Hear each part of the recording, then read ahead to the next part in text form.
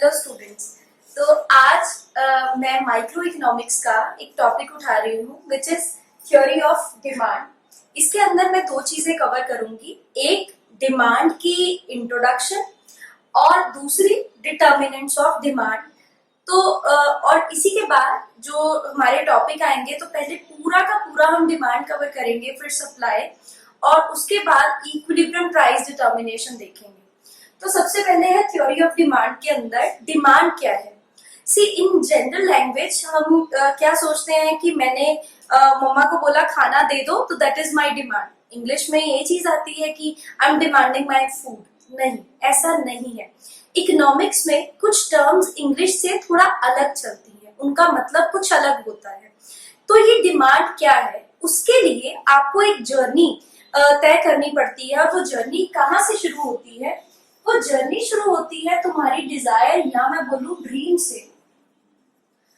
Dream के बाद तो तुम्हारी वो वांट बनती है और फिर उसके बाद तुम्हारी ये डिमांड बनती है। तो अब ये ड्रीम क्या है? सी ड्रीम का मतलब तुम्हें कोई सपना आया किसी चीज के लिए। डिमांड की शुरुआत यहीं से होती है, ठीक है। जब तुम कहते हो कि मुझे ये चीज चाहिए, तो मैं ये मांग रहा हूँ चीज, तो इकोनॉमिक्स में वो तुम्हारी डिजायर है। अब यहाँ पे तुम्हें मैं ऑलरेडी रिसोर्सेज का मतलब समझा चुकी हूँ, मतलब कि जिनके बिना तुम कोई काम नहीं कर सकते हो। जैसे अगर मैं कहती हूँ कि मुझे खाना चाहिए, तो पहले खाना बना हुआ होना चाहिए, तो मम्मा होंगी, वो तुम्हें खाना देंगी। तो ये सारे तुम्हारे लिए रिसोर्सेज है। मैं ऑलरेडी बता चुकी हूँ हमारे पास रिसोर्सेज कैसे होते हैं। लिमिटेड रिसोर्सेज है, अनलिमिटेड हमारी वांट्स है। तो उसके लिए तुम्हारे जो भी चीज तुम्हारे ड्रीम में है, मैं कहती हूँ कि मुझे सपना आया BMW का।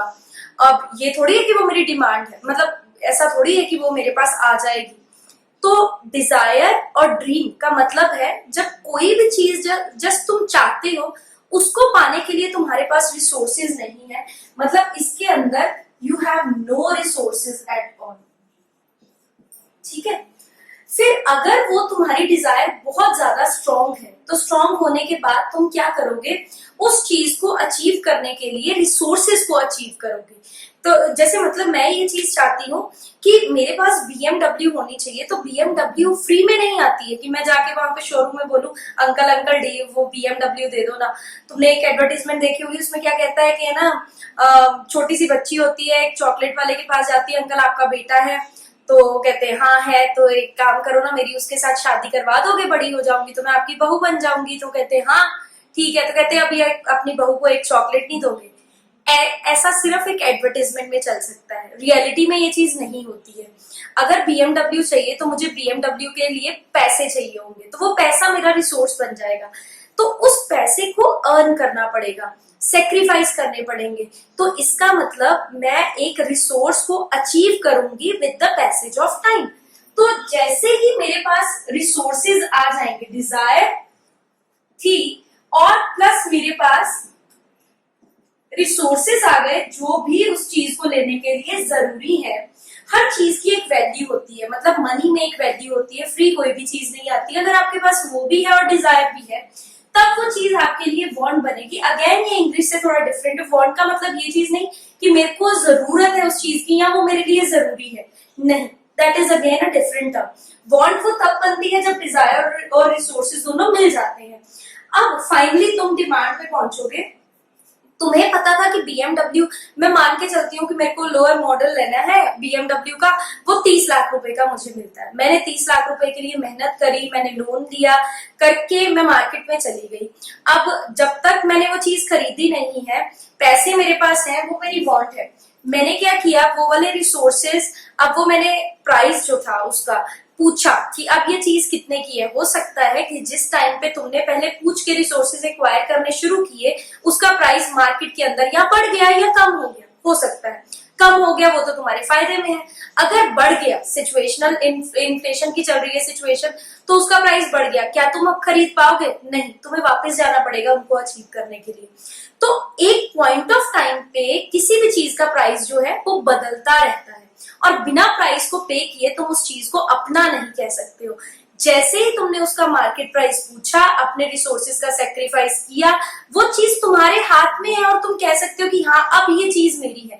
Now that is your demand which is at a particular point of time at a particular price. बिना प्राइस के चीज नहीं है, तो दो चीजें इसके अंदर कवर होंगी। एक तो उस चीज का प्राइस जो तुम्हें पे करना पड़ेगा, प्लस दूसरी चीज जो तुम्हें उसके लिए देनी पड़ेगी, मतलब दूसरा वो होगा एक पर्टिकुलर टाइम। ऐसे नहीं मुंह उठा के रात को बोलो मेरे को ड्रीम आया तो वो मेरी डिमांड हो गई, नहीं, at a particular point of time जहां पे तुम अपने रिसोर्सेज का सेक्रीफाइस करते हो। ठीक है, रिसोर्स सेक्रीफाइस किए तुमने। रिमेंबर, अगर मेरे को इच्छा थी, मेरी डिजायर थी कि मेरे पास एक मार्कर होना चाहिए, वो मार्कर आया 20 रुपए का, तो वो 20 रुपए का मार्कर अगर मेरे पास है तो 20 रुपए खत्म। आप अपने पॉकेट के दूसरे पैसों की बात नहीं कर सकते हो। सो ये है demand. Demand which you anything you want at a particular price of the market at a particular point of time, that is your demand. ये हुई डिमांड इन सिंपल लैंग्वेज में। तो ये पूरी की पूरी मैंने जर्नी पूरी करने के बाद मैं यहाँ पे पहुंची। अब ये तो हुई डिमांड। अब तुम दूसरा जो इसका सबसे इंपॉर्टेंट टॉपिक रहता है वो है डिटर्मिनेंट्स ऑफ डिमांड, या उसके पहले मैं कुछ और नहीं कर पाऊंगी। कई लोग बोलते हैं लॉ ऑफ डिमांड इंपॉर्टेंट है, पहले वो कर लेते हैं, बट लॉ ऑफ डिमांड के लिए भी मुझे ये पता होना चाहिए कि डिमांड को बनाने वाली चीजें कौन कौन सी है। ओके, डिटर्मिनेंट्स ऑफ डिमांड, या इसे ही हम बोलते हैं डिमांड फंक्शन। अब मैं इसको कैसे समझाती हूँ, जैसे फंक्शन को नॉर्मली हम लोग क्या कहते हैं, हम जी किसी के मैरिज फंक्शन पे जा रहे हैं, किसी के बर्थ के फंक्शन पे जा रहे हैं, तो वो फंक्शन हमारी लैंग्वेज में उसी का अटेंड करने जाते हैं जिसके साथ रिलेशनशिप है। 3 इडियट की तरह हम किसी की भी वहां पे चले नहीं जाते फंक्शन में अटेंड करने के लिए।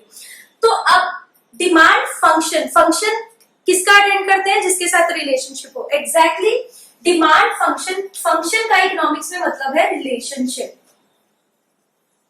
तो डिमांड की रिलेशनशिप, जब भी आप कोई चीज खरीद के घर लेके आते हो उसके पीछे बहुत सारे फैक्टर्स होते हैं जो उस डिमांड को बनाते हैं। ओके, जैसे कि आप सोच के देखो कि आप अगर कोई अपनी फेवरेट चीज खरीद रहे हो, चलो मैं एक मान के चलती हूँ कि मेरे को पिज्जा खाना है, तो अगर पिज्जा खाना है तो उसकी एक जर्नी शुरू होगी। मेरे दिमाग में आएगा कि मेरे को इस टाइम पे कुछ नहीं सूझ रहा है तो मैं पिज्जा खाऊंगा। ठीक है, जिस टाइम पे आपने पिज्जा खाने के बारे में सोचा तो आप सबसे पहले क्या करोगे, डोमिनोज के बारे में या आपका जो भी फेवरेट ब्रांड है उसको बेचने वाला, उसके बारे में सर्च करना शुरू करोगे। तो और पिज्जा तुम्हारे दिमाग में कैसे आया, क्योंकि हो सकता है वो तुम्हारे टेस्ट में हो। बाकी सारी चीजों को छोड़ के तुमने सिर्फ पिज्जा का नाम लिया, मतलब तुम उसको प्रेफर करते हो। ये चीज मेरी डिमांड को बनाती है। फिर उसके बाद ऐसा हो सकता है कि तुम फटाफट से ऑनलाइन, आजकल जोमेटो है जी, जोमेटो के ऊपर तुमने उसका चेक किया कि कौन इस टाइम पे प्रोवाइड करवा सकता है, तो तुमने उसके क्या देखा कि क्या क्या उसकी ऑफर्स लगे हुए हैं। ठीक है, ऑफर्स के बाद तुम उसका प्राइस जरूर देखोगे। ठीक है, तुमने उसका प्राइस देखा, जो चीज तुम्हें पसंद है तुम उसका प्राइस देखते हो। अब जरूरी नहीं है कि जो पिज्जा तुम्हें पसंद आ रहा है उसका प्राइस तुम्हारी पॉकेट के अकॉर्डिंग हो। ठीक है, मतलब जैसे तुमने प्राइस देखा तुम ये सोचने लग जाओगे क्या मैं इसे खरीद सकता हूँ, क्या मेरे पास उतने पैसे हैं। नाउ इन दैट केस वो तुम अपनी इनकम के बारे में सोच रहे हो। रिमेंबर कि यहाँ पे ये थ्योरीज उन लोगों के लिए बनाई गई हैं जो लोग अर्न करते हैं या अपने फैक्टर का सेक्रीफाइस करते हैं। तुम बच्चे जो घर पे बैठे हुए हो, जो कोई काम नहीं करते हो, उनकी पॉकेट मनी, उनकी इनकम यहाँ पे कंसिडर कर ली जाएगी। ठीक है, तुमने प्राइस देखा, उसके बाद तुमने इनकम देखी। मान लो अगर तो दोनों मैच हो गए, जो प्राइस था वो तुम्हारे पास पैसे हैं, तब तो तुम्हारे टेस्ट के अकॉर्डिंग तुमने उस चीज को परचेज कर लिया। But what if you don't have that much income, अगर तुम्हारे पास उतनी इनकम नहीं है तो तुम क्या करोगे, तुम उसी के जैसे दूसरे ऑप्शंस देखने लग जाओगे। जोमेटो पे तो बहुत सारे ऑफर्स आ गए, तुमने जो अपना फेवरेट ब्रांड उठाया था, मतलब मैंने डोमिनोज को उठाया था, तो मैं डोमिनोज की जगह किसी और कंपनी को सर्च करने लग जाऊंगी। ठीक है, तो मतलब मैं ऑल्टरनेटिव्स ढूंढ रही हूँ, तो इसके कारण मैं रिलेटेड प्रोडक्ट्स के ऊपर या रिलेटेड ब्रांड्स के ऊपर चली जाऊंगी। ठीक है, अब इसके साथ ना दो चीजें होंगी, ये रिलेटेड प्रोडक्ट्स जो होते हैं इसमें क्या चीज आती है कि आपके या तो अगर आपकी इनकम अलाउ नहीं कर रही है या आपको वो पसंद नहीं आ रहा है तो आप उसका ऑल्टरनेट ढूंढोगे, तो इकोनॉमिक्स में उसको बोलेंगे क्या सब्स्टिट्यूट गुड्स अवेलेबल है, ये नहीं तो कोई दूसरी चीज, ठीक है। और अगर मेरे को पिज्जा ही खाना है तो पिज्जा बिना गार्लिक ब्रेड के अच्छा नहीं लगेगा, या फिर मैं ये चीज बोलूं कि कोक के बिना तो वो अच्छा नहीं लगेगा, तो उसके साथ आने वाली चीजें कौन सी है, तो वो हो गया हमारे पास कॉम्प्लीमेंट्री गुड्स। इनके प्राइसेस बहुत मैटर करते हैं। पिज्जा तो मेरी पॉकेट में आ रहा है बट उसके साथ जो है कोक में परचेज नहीं कर पा रहा हूं, तो कोक के बिना तो पिज्जा बिल्कुल अच्छा नहीं लगता, तो तुम दोनों चीजें छोड़ देते हो, ठीक है। सब्स्टिट्यूट के केस में ये है, अच्छा ये महंगा पड़ रहा है, कोई दूसरी चीज सस्ती पड़ रही है और वो भी मेरे टेस्ट में है, तो मैं उस टाइम पे उसको परचेज कर लूंगा। इसी के साथ कई बार ऐसा होता है कि जैसे फॉर एग्जाम्पल हर एक चीज डिफरेंटली अगर मैं बात करूं तो उनके सीजन्स होते हैं। आप खुद सोच के देखो, जैसे आप कोई मैं जैसे पंजाबी हूं तो हमारे वहां पे क्या होता है, साग और मक्की की रोटी उनका ट्रेडिशनल फूड बन जाता है। अगर तो मैं सीजन के अकॉर्डिंग खाऊंगी तो वेदर वो विंटर्स में प्रोड्यूस होता है, तो वो तो मेरे को चीप रेट्स में अवेलेबल होगा, वेदर के अकॉर्डिंग उसको प्रोड्यूस भी किया जाएगा और चीप रेट्स में भी वो मुझे मिलेगा। बट ऐसा हो सकता है कि ऑफ सीजन, जैसे हम पंजाबी ऑफ सीजन उसको खाना पसंद नहीं करते क्योंकि वो कोल्ड स्टोरेज का तुम्हें मिलेगा, तो ऑफ सीजन में उसकी डिमांड जो है वो कम हो जाती है। जैसे कि वुलन्स की डिमांड सिर्फ विंटर्स में रहती है और समर में ऐसा नहीं है, क्योंकि मैंने नया कोट खरीदा, मैं कहीं बाहर गया था वहां पे ठंड थी, वहां से मैंने खरीदा और मैं यहाँ गर्मियों में पहन पहन के उनको दिखा रहा हूँ, बेवकूफी होगी वो। तो ऐसे ही वेदर कंडीशंस जो होती है वो भी आपकी डिमांड को अफेक्ट करती हैं, ठीक। ऐसे आप कई सारे फैक्टर्स हैं जो सोच सकते हो, तो अगर आपको लगता है आप और सारे फैक्टर्स को भी सोच सकते हो तो आप उन्हीं फैक्टर्स को कमेंट सेक्शन में भी बता सकते हो कि मैं तो अगर ये चीज सोच रहा हूँ मैम, क्या ये फैक्टर हो सकता है, answer in the comment section only. तो हमारे पास ये सारी चीजें मेरे डिमांड को बना रही है। इसको कैसे लिखूंगी, फंक्शन जो डिमांड है, डी से हमने डिमांड को लिया और एफ फंक्शन हो गया, तो ये सारी चीजों का वो फंक्शन, इसमें और कई सारे फैक्टर्स भी आ सकते हैं, तो ये हमारा डिमांड फंक्शन हुआ। हर फैक्टर जो है डिमांड को अलग तरीके से इम्पैक्ट करेगा। मैं वो भी फटाफट से एक चीज बताती हूँ। इसमें एक चीज याद रखना, हम ये टॉपिक जो है वो माइक्रो इकोनॉमिक्स के अंडर पढ़ रहे हैं, तो माइक्रो इकोनॉमिक्स मैंने बताया था स्मॉल मतलब छोटे लेवल पे पढ़ी जाएगी। तो इसमें क्या करेंगे हम, जब हम एक चीज का इम्पैक्ट पढ़ रहे हैं हम दूसरी कोई और चीज नहीं सोचेंगे, नहीं तो आप कंफ्यूज हो जाएगा और उसका जो इम्पैक्ट है वो आप गलत सोचने लग जाओगे।